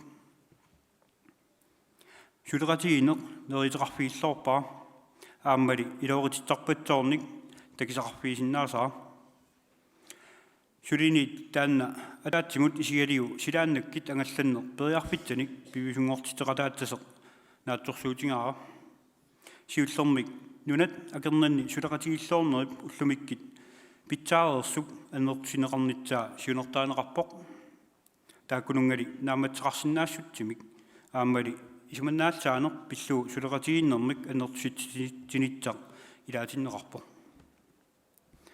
таматумунга ататиллуа аама сулеқатигиннерип аннертусинератигит такернериақарнермик кисали инниттаасут ниоққутитсаник суллитсинернили питсарсинаанерилик питсангуинитсамут периарфитсаник мистиунитсақ китсаатинеқарпоқ имарсернерми аама аннертууник нутааник алланик писеқарпоқ укипаффаатамитсаа qaangiippat nuummi umiarsuuliik kontaanеқарфиисоқ нутаа сикуки нукхау калааллунаанут аама калааллунаанни натсиитсанут таманут акинниффиисартутсақ нааматситсеэ nuummi umiarsuuliеқарфик тамармиисоқ сиунитсами писааяқартилерумаагатсанут сананеқарпоқ акинниффитсалли таатсума сананератигит калааллунаанни аттавеқаатит аннертуумик сиунитсамуллу қулаккииккамик сиуннерфиитсаппут Umiarsuuli Nunaata aterluilaati kalaallunaannut aam kalaallunaanniit niuqqutitsanik pilersuineq naamatseqarfiinerulерсиннаатсеэ питсаанерусиннааллнили питсаанерулитсаллнили атсерсиитигaliu атсартуинерит сукканерунера пеққутааллуни пиффитсаллу атсартиуффиису сивигиннерунера kiinerisaani nunanit sanilitsinnik erisatsanik asiuissunik tikisitsarneq annertunerilitseq talittarfiinutaap atilernerati kalaallunaat tamakkerluni aalisarnermi takerneriaqarnermi aatitatsarseernermili isumalluutitsinnik annertuunik atuillornitsamut piarersmanerilitseq taamatuttaaq sila pissusiata аллангуутаат нунани тамалаани умиарсуитангалланнерisa аллангернериник натсатақассасит илуманаатилеруутсугу таматумали кинерисааник сиунитсами умиарсуит амерланерисут исситтук имартаани ангаласиннаалитсаппут аттеэқаатит эққортут пиинеқарпата таманна калааллунаанни инериартортитсинэрмут сулиффитсанилли пилерситсинэрмут ааммали нунани исситтуни ниуерфинник нутааник пилерситсинэрмут илоорутаасиннаару инеқарнэрмут санаарторнэрмут аттеэқатигиннэрмуллу наалаккерсиисулут таматси питсаасумик пилерситсуисумиллу сулеқатигиннитсатсиннут қиланаарпунга атаатсимоорлута сиунитсами атсартиитсинэрми атингатсарититаасут питсаанерпаат нуна тамаккерлиу ааммали нунарсиип иммиккертуани тамармиисуми инериартортитсинитсамут сулиффитсанилли пилерситсинитсамут илооритаасиннаасут атилернитсаат qulakkiitsoorput tamatsinut qoinaq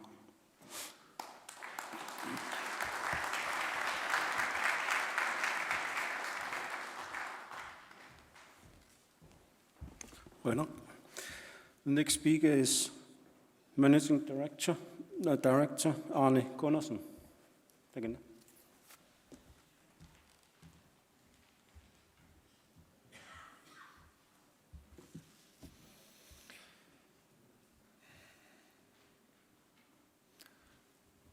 President of Iceland, ministers, dear guests, I would like to thank the Arctic Circle Committee for the opportunity to address you here at this great forum here in Nuuk. It is indeed impressive to see how much interest and awareness the Arctic Circle is creating with around 350 participants. Events like these are of course very welcomed in the aviation industry as it creates not only business due to the forum, but it builds bridges and relationships between the participants, which can be long-lasting. Communication and transportation is the key to all businesses. I would like to, in my short presentation, to go through the development of flight connection between the West Nordic countries. Just to set the scene, I will then review an idea that came up in 2002 regarding the development of flights connection to and from Greenland, and look for relevance in today's environment, and finally look to the future framework for aviation in the Arctic and how we can improve that.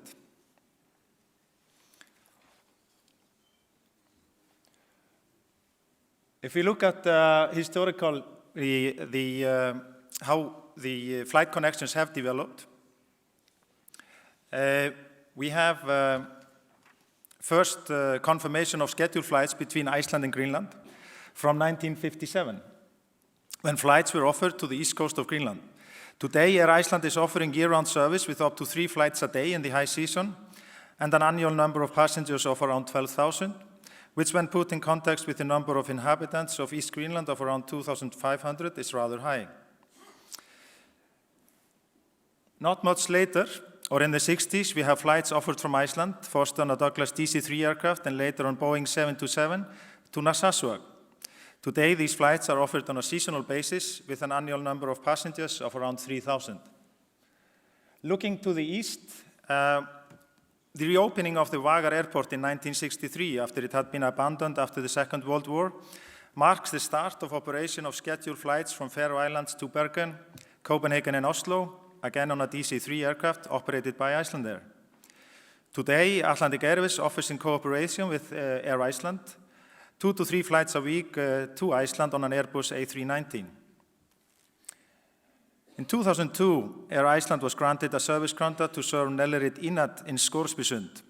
Flights were offered twice a week in a triangle with Kulusuk until 2012, and since then flights have been offered in cooperation with the Norlandair via Akureyri. 2006 marks another milestone in the history of aviation in Greenland when Air Iceland, as the first operator in this area, decided to take Bombardier Q100 and later Q200 into operation. These 37-seat aircraft, with its unique performance capability, made it possible to offer direct flights on scheduled basis between Reykjavik and Nuuk. And since 2007, flights have been offered on a whole year basis. And today, including our colleagues' schedule, connections between Nuuk and Iceland are up to 5 flights a week. With the success of operating the Bombardier aircraft into Greenland, it was decided to start operation into Ilulissat in 2009, which offers even more challenging environment for flight operation than Nuuk, with only 840-meter-long runway. Today, flights are offered on a seasonal basis with up to 10 flights a week. And last but not least, we have the newest connection between the countries, which is starting this summer, with 2 flights a week between Iceland and Kangerlussuaq. Now, referring to that idea I was talking about earlier, is that in 2002, a report suggested that Greenland's flight system should use Iceland as a hub. And the suggestion was at that time to extend the runways in Nuuk and Ilulissat to 1199 meters. At that time, already good connections to both North America and Europe from Iceland was the key issue in this suggestion. The number, however, at that time were only 6 flights to 6 destinations in North America and 15 in Europe, some of them even seasonal. And the number of passengers through Keflavík Airport was at that time 1.2 million. If you look at the development since that, we can see that in 1919, these were the flight connections. We have in 2010 up to 27 destinations with connections to 130 connections. And in 2016, we'll have 42 destinations with 410 connections.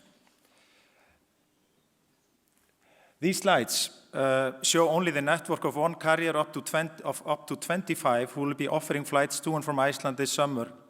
9 of them are on a whole year basis. Direct flights are in total offered to over 60 cities around the world. So if it made sense to use Iceland as a hub for flights to and from Greenland in 2002, at the time when flights offers was only 1/3 of what it is today, I think it's only logical for the future aviation in this area. I just calculated yesterday, or counted yesterday, that we had 60 international departures from Iceland offered by 12 airlines. Icelandair has further developed its cooperation, both sides of the Atlantic, so that for a smooth connection for the passengers, codeshare agreements have been made with airlines like JetBlue and Alaskan Airways in the US, and SAS and Aeroflot in the Europe. Now, with the intention of the government, like the minister was mentioning here earlier, to extend the runways not only to 1199 meters, like the suggestion was in 2002, but up to 2,200 meters, is like music to my ears. This intention is bound to make a revolution in aviation in Greenland compared to what we have today. Investments in infrastructure like this is a key issue to further develop any kind of cooperation and businesses between the countries and will indeed increase the quality of living in Greenland. But one of the key framework issue in this respect is not only the infrastructure as such, but also is a bilateral agreement which Iceland has been very active in making. And as mentioned in the note from the minister here earlier, it's been worked on renewing that agreement and broadening it up. As we see the development in Iceland, not only has Iceland been very active on doing bilateral agreements with European and American countries through the years, but the focus last years has been on making contracts with the countries further beyond. Looking to the Arctic countries, we can still see that there is a strict approach on this issue in some of the countries. Open Skies Agreement was reached within Europe in 2002 and later on between Europe and USA. Would it be worth looking at an open skies in the Arctic as a target to aim for, meaning that all Arctic countries would sign an Open Skies Agreement between themselves, We all know that effective transportation is the key to all businesses and is also a key to raise the quality of living for the inhabitants of the Arctic. What a better frame could we wish for than that any airline in the Arctic countries could offer, without any further permission from the authorities, flights within or between any other country in the Arctic. In my mind, this would be one of the key issues in stimulating growth in the aviation sector in the Arctic. Thank you for your attention.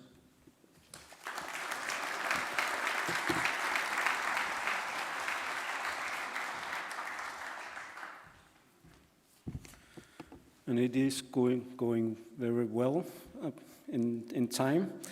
And the next speaker is Director of Flight Operations in Air Greenland, Jakob Nitter Sørensen.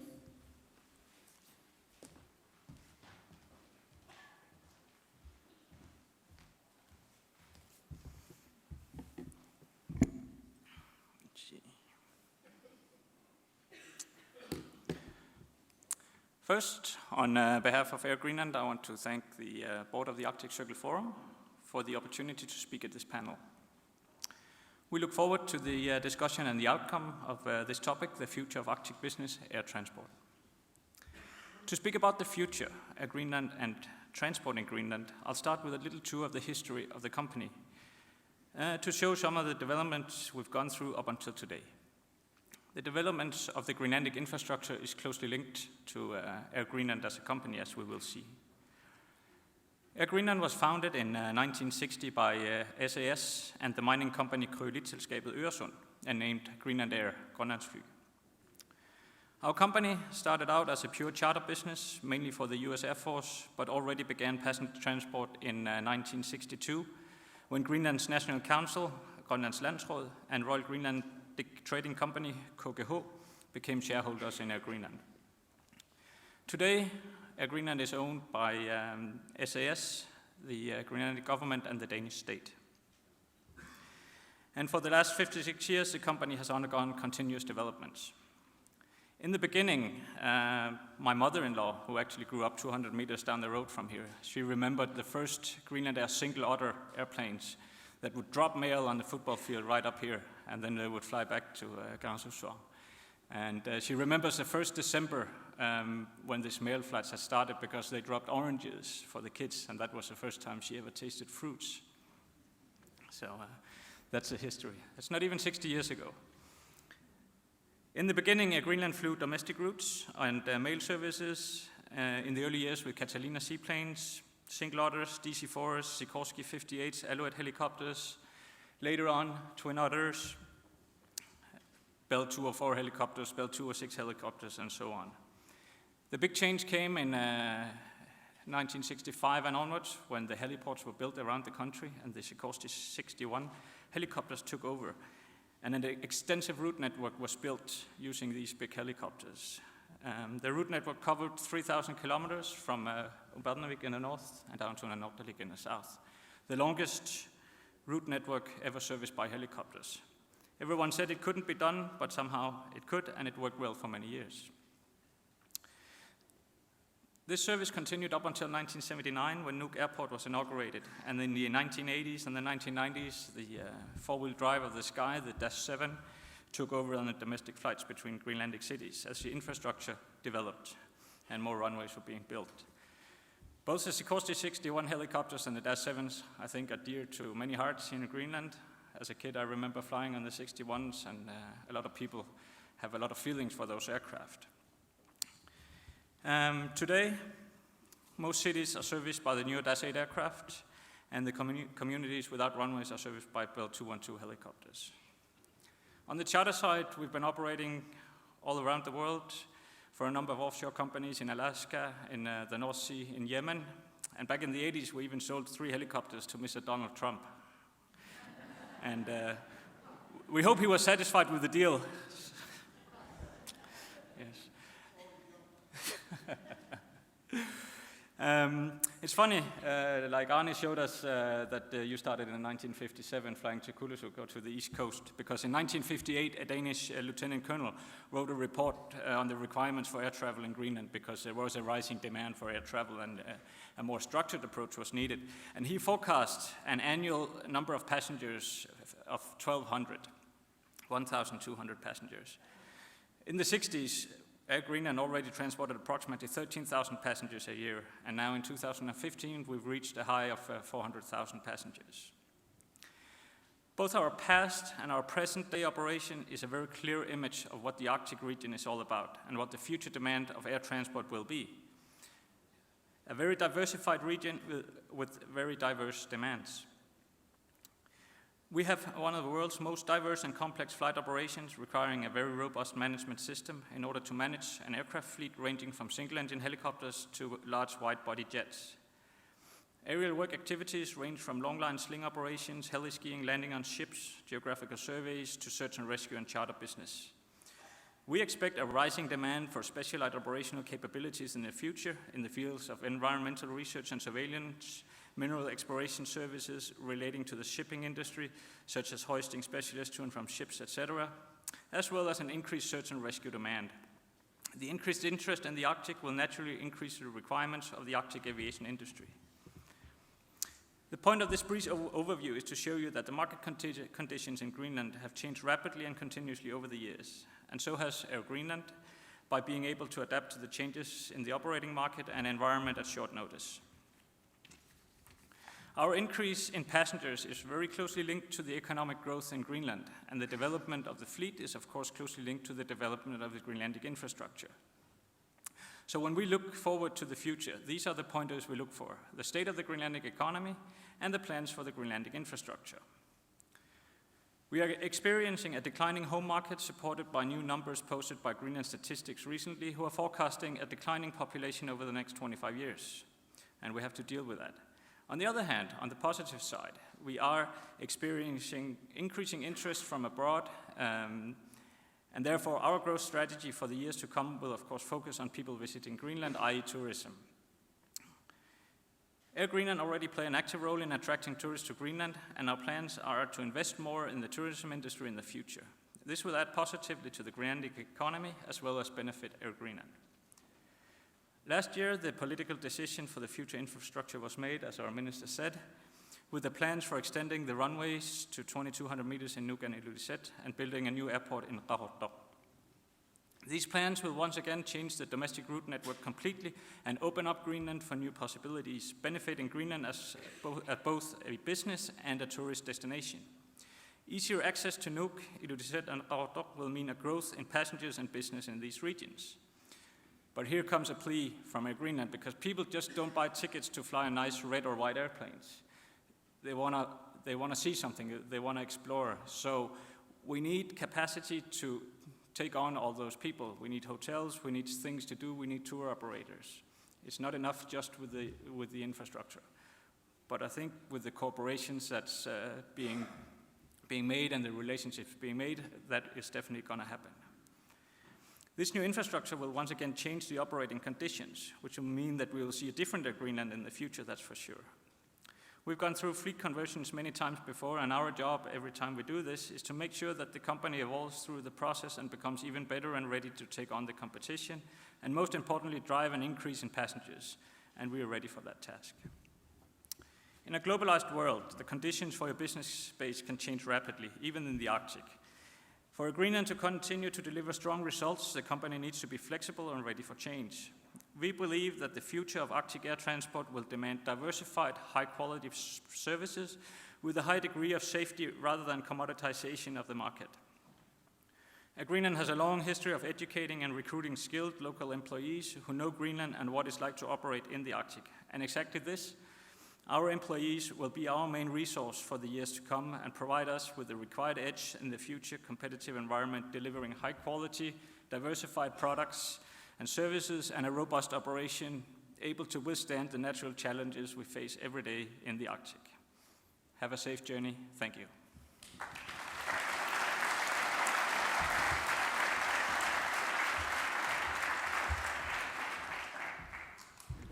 Bueno.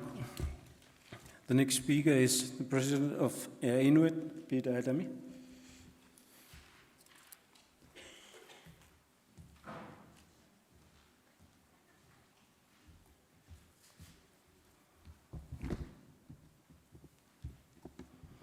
I'm kind of rusty. I haven't spoken in front of a lot of people in a few years, but I'm very happy to be here. First of all, thank you very much. Hoyana, Kalaallit tungos ti tautia tikiti tautia la o tamani.